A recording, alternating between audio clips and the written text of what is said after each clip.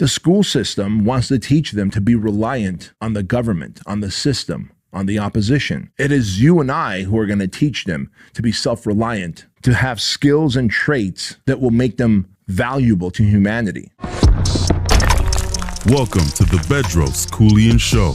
All right, friends, welcome to the BK Show. I'm just going to kick this one off right away. If you're wondering why I'm laughing, it's because I am dealing with a hernia. I'm going to get a surgery in mid-December because this hernia is really cramping my lifestyle. But the reason I'm laughing is myself and the team here in the studio, we're just talking about what it takes to get checked for a hernia. Not only does it take an ultrasound, but the old doctor wants to put on the gloves and you drop your pants and he starts feeling up the boys down there, and not in the fun sexual way, in a more intrusive and demeaning way, where you feel like you need to go curl up in the corner in the fetal position and cry for a couple hours.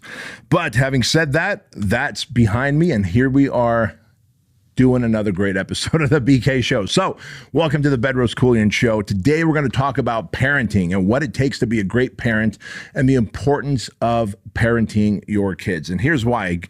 I've come to this conclusion some time ago that the greatest work we could ever do on this planet is not like an invention that we can create or a product or a service or the businesses and the money that we make. Like, I'm all happy with all of that, you know, the companies that I've created, the products I've created, the services I have, the money that I make. I'm grateful, thankful, proud of all that. That's not my legacy. My legacy is my son and daughter, right? And as parents, if you realize, you come to this conclusion like I've come to, which is we're not just raising sons and daughters. We are raising future husbands and fathers. We are raising future wives and moms, right?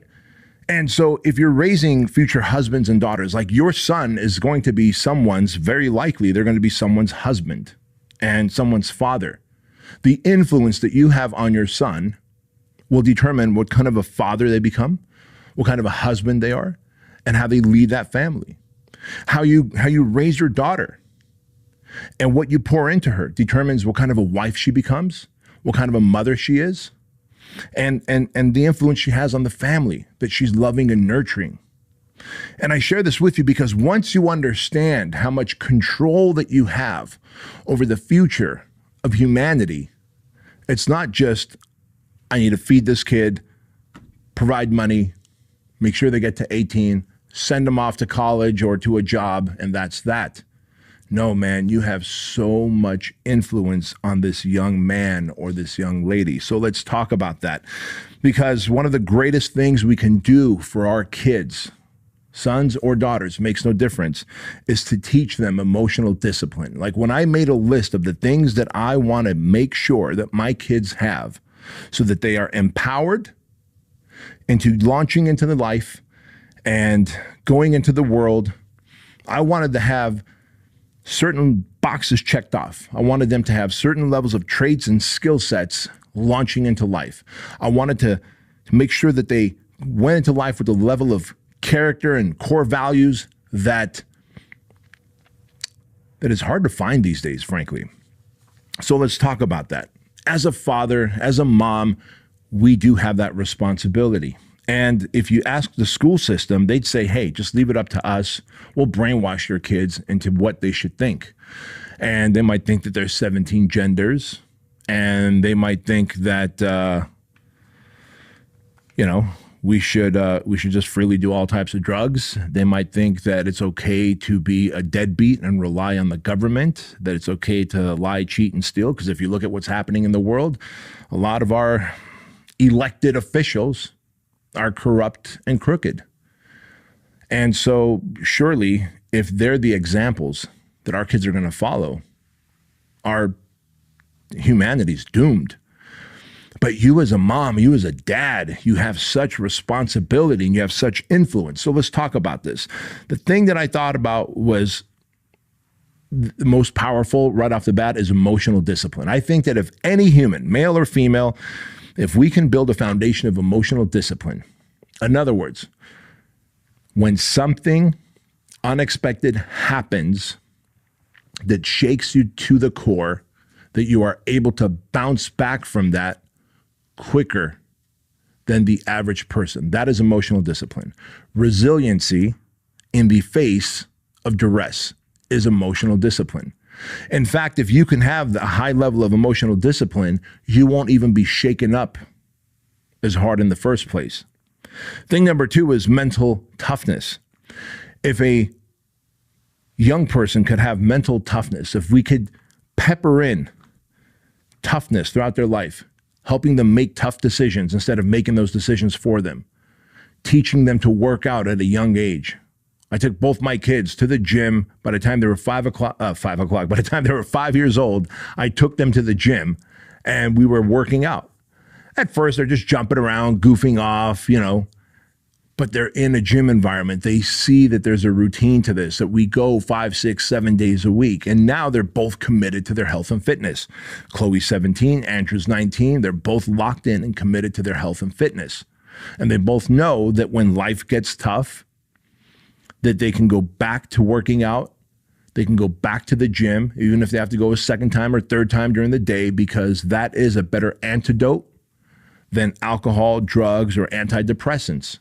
Because I've told them the stories of my life. Like, hey, son, hey, daughter, when I've gone through hard times in my life, there were some days that I would go to the gym 2, 3, 4 times a day because it was a better coping method than the alternatives, right? I've also committed in helping my kids develop money mastery, teaching them that you don't necessarily have to go and trade time for dollars. You can if that's the path you want to take.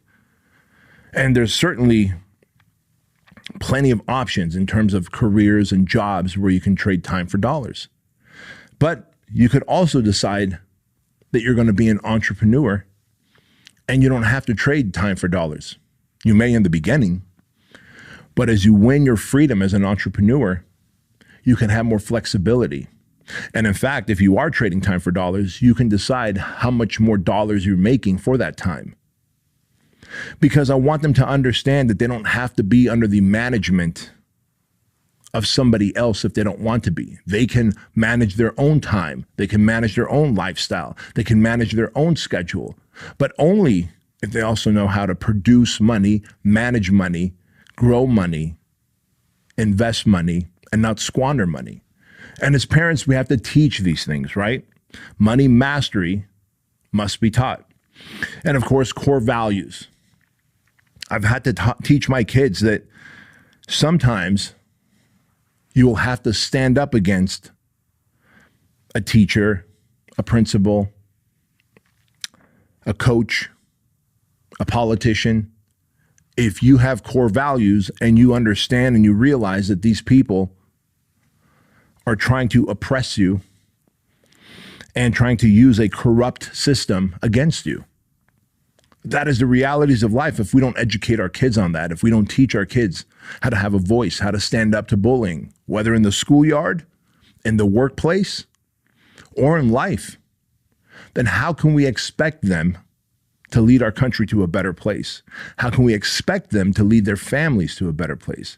If we don't teach them core values and non-negotiables, like these are the things that we do as a family, and these are the things that we don't do as a family.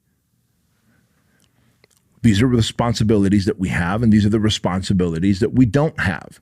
We can't rely on the government for things that we should rely on ourselves. The school system wants to teach them to be reliant on the government, on the system, on the opposition. It is you and I who are going to teach them to be self-reliant, to have skills and traits that will make them valuable to humanity, that will help them find a spouse who's also high value, so that they can produce a family that is an asset to humanity, right? And with that, I've also made sure that my kids know nutrition. The reality is the food pyramid and the food groups and all the different ways the government and the school system want to teach nutrition is designed to help keep them fat, sick, low energy. And that feeds perfectly into the pharmaceutical company agenda. I don't want that for my kids. You don't want that for your kids. And so I thought to myself that I'm not just raising a son or daughter. I have to teach them how to read a nutrition label. I have to teach them what processed foods look like. I have to teach them what additives are added to food that, while legal to add, are damaging to the human body.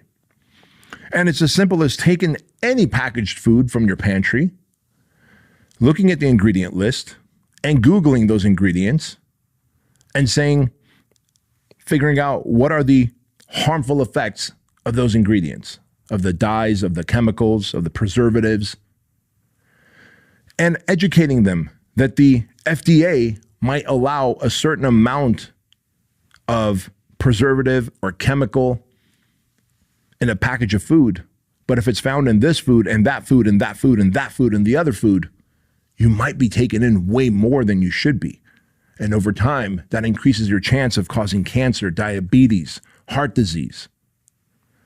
Teaching them how to read a nutrition label, what calories are, how to burn calories, what quality calories are, proteins and healthy carbohydrates versus fats and simple sugars as carbohydrates.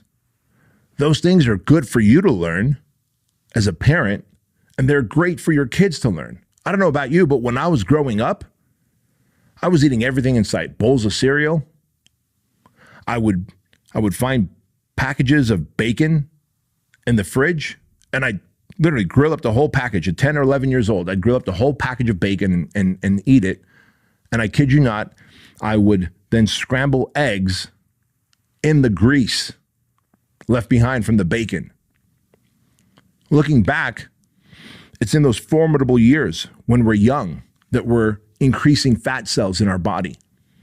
I've added so many fat cells to my body that it's easier for me as an adult to get fat.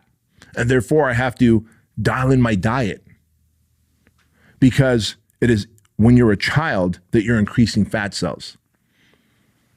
And so I was making sure that my kids eat a healthier diet so they don't have an overabundance, an over surplus of fat cells, which means as adults, it's easier for them to get fat. Like, these are things that you can do for your kids today. And you could educate them in the process of reading a nutrition label, an ingredient list, figuring out what their macros and caloric intake should be. Teaching them that there's times that you're hungry, there's times that you're thirsty. Sometimes you're thirsty and you might want to eat to satisfy your thirst, not even realizing that. You may not even know that. Something like a third of humanity out there, when they are thirsty, they actually go for food instead of water. Or they'll go for soda or coffee or an energy drink instead of water. Educate your kids on what those energy drinks do, what the coffee does to the body, how all that energy in the body not used up is either stored as fat or is produced as anxiety. You probably didn't know that. But all that energy not used is either going to produce anxiety or it's going to get stored as fat. Either way, it's not good for them. It's not good for you. I've also taught them to be committed to their health and fitness. I've taught them that their health and fitness is the number one priority because they cannot become a liability to their families, to their spouse in the future. And if you can have a physically, mentally, and emotionally fit body, then you are an asset to humanity. And I've demonstrated that. I've taught them how to get that. And it's important for you as a mom or a dad to teach that to your son and daughter. And the reason that's important is because if you don't, no one's teaching any of this stuff. You show me where they're teaching emotional discipline, mental toughness, money mastery, core values, understanding nutrition, commitment to health and fitness. And how about this next thing? To become a servant leader, to be able to actually serve humanity, to look after their peers, to have a voice, to stand up for what's right, to learn how to communicate their thoughts and feelings and emotions. That's what a good leader does. If you're telling your kids right now that you should be seen and not heard, if you're not helping them articulate their message, if they have a feeling and a thought and you're not helping them structure an argument, even if that argument is against you. I've had many times my son and daughter have used the structure that I've taught them to convey a message, to articulate a message against me. And I say against me, and it was rightfully so, because, as dad, I put my foot down, and sometimes I put my foot down, especially when they were younger, and I was angrier. You put your foot down for something that is unjust. Like, I'll give you an example. Like, let's say Andrew's room was dirty, and he needed to have organized it. And I see hours later that he hasn't organized it. Maybe I give him a punishment that is not just for the crime. Like, he's come up to me and said, "Hey, Dad, I don't think that punishment was a fair punishment for the crime. I think you were angry. You came in hot from work. I could tell that you were emotionally worked up. And yes, I should have had my room clean and organized. But I also think the punishment doesn't fit the crime." And after I cooled off, I remember specifically, he was 12 or 13 years old. I was like, "Son, you're right. You're absolutely right." And I was able to adjust the punishment. But if you don't give your kids a voice, not only will they resent you in the future because of a scenario like that I just described, but they won't be able to lead themselves through life. They won't be able to lead themselves in a marriage. They won't be able to communicate with their friends, with their spouse, with their coworkers, with their boss, if they want a raise, if they want a lateral move. If we can't communicate, if we feel that we can't lead ourselves through communication and transference of thoughts and feelings, we start getting emotionally irrational. That's when we start getting depressed. That's when we start getting anxious. That's when we start getting overwhelmed. So as parents, my friends, understand the responsibility that you have. You're not just raising a son or daughter to the age of 18. You're not just trying to keep them, well, as long as I can keep them, out of trouble and fed and educated through the school system, I've done my job. No, that's the bare minimum. That's the bare minimum. Your job, my job, is to produce and deliver a great husband and a father with my son, and a great wife and a mother with my daughter. That is the responsibility that we have as parents, do we not? I hope that you agree with me, and I hope that you understand these things that I listed off: emotional discipline, mental toughness, money mastery, core values, understanding nutrition, commitment to health and fitness, becoming a servant leader, and the ability to communicate their thoughts, feelings, and ideas. If we don't teach them this, no school system will teach them this. No university program will teach them this. No workplace will teach them this.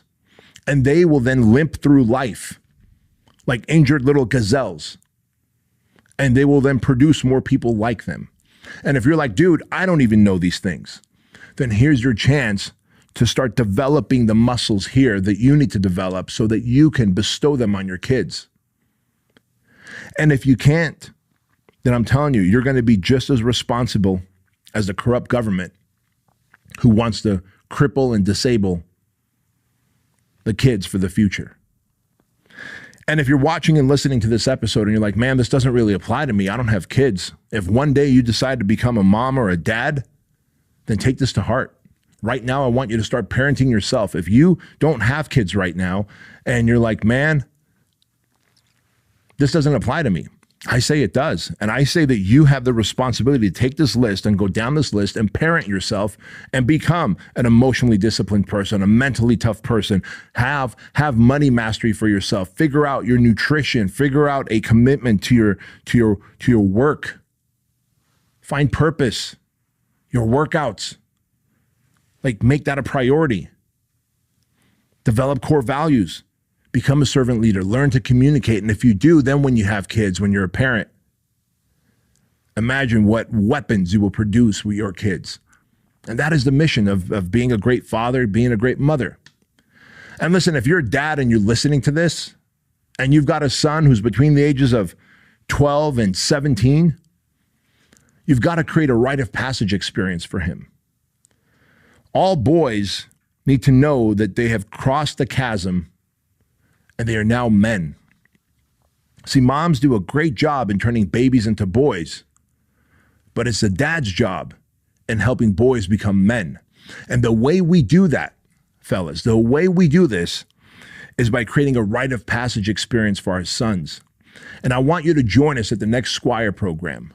We have Squire classes in 5 different states: Florida, North Carolina, California, Texas, and Colorado. I want you to come and join us for a Squire class.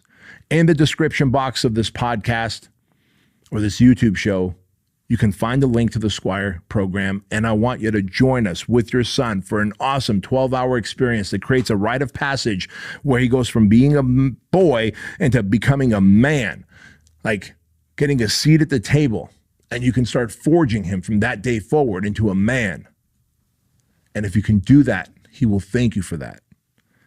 And if there's a book that I could recommend for fathers who have young men, it would be Raising a Modern Day Knight. I forget the name of the author, but I highly recommend you read the book, Raising a Modern Day Knight. It's a wonderful book, and it'll give you so many great ideas in building your son into a formidable man. So I look forward to seeing you and your son at a future Squire class, and I appreciate you taking time to watch and listen to this episode of the Bedros Keuilian Show. And remember this, that average is the enemy, that success is your responsibility, and change can take place in an instant if you are willing to flip the switch.